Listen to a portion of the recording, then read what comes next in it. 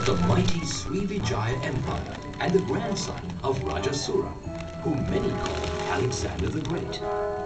The prince carried many legacies from his grandfather: bravery, ambition, and a bejeweled crown said to have come from the treasures of King Solomon. One day, while the prince was on a hunting expedition with his men, fate stepped in.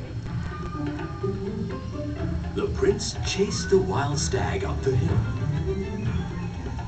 But when he reached the top, he suddenly caught sight of a beautiful island across the sea.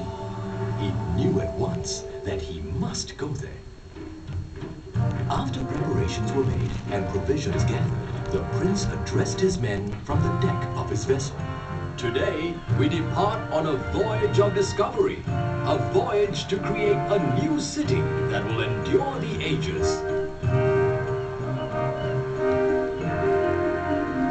But as they journeyed toward the island, the sky began to darken. Soon they were engulfed in the most vicious storm they had ever seen. Dark forces seemed to conspire against them. The prince's men were terrified, certain that they were doomed. The prince, however, knew what he must do. He removed the beautiful crown from his head and threw it into the waves as a gift to the Sea King. Immediately, the waters calmed, and the prince and his men were allowed to continue on to the island of his fascination. As the prince surveyed his new surroundings, he was confronted by an incredible beast. At first, the prince did not know what to expect.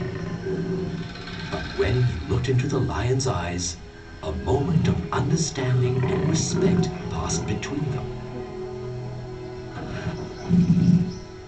And then the lion was gone. The prince again addressed his men.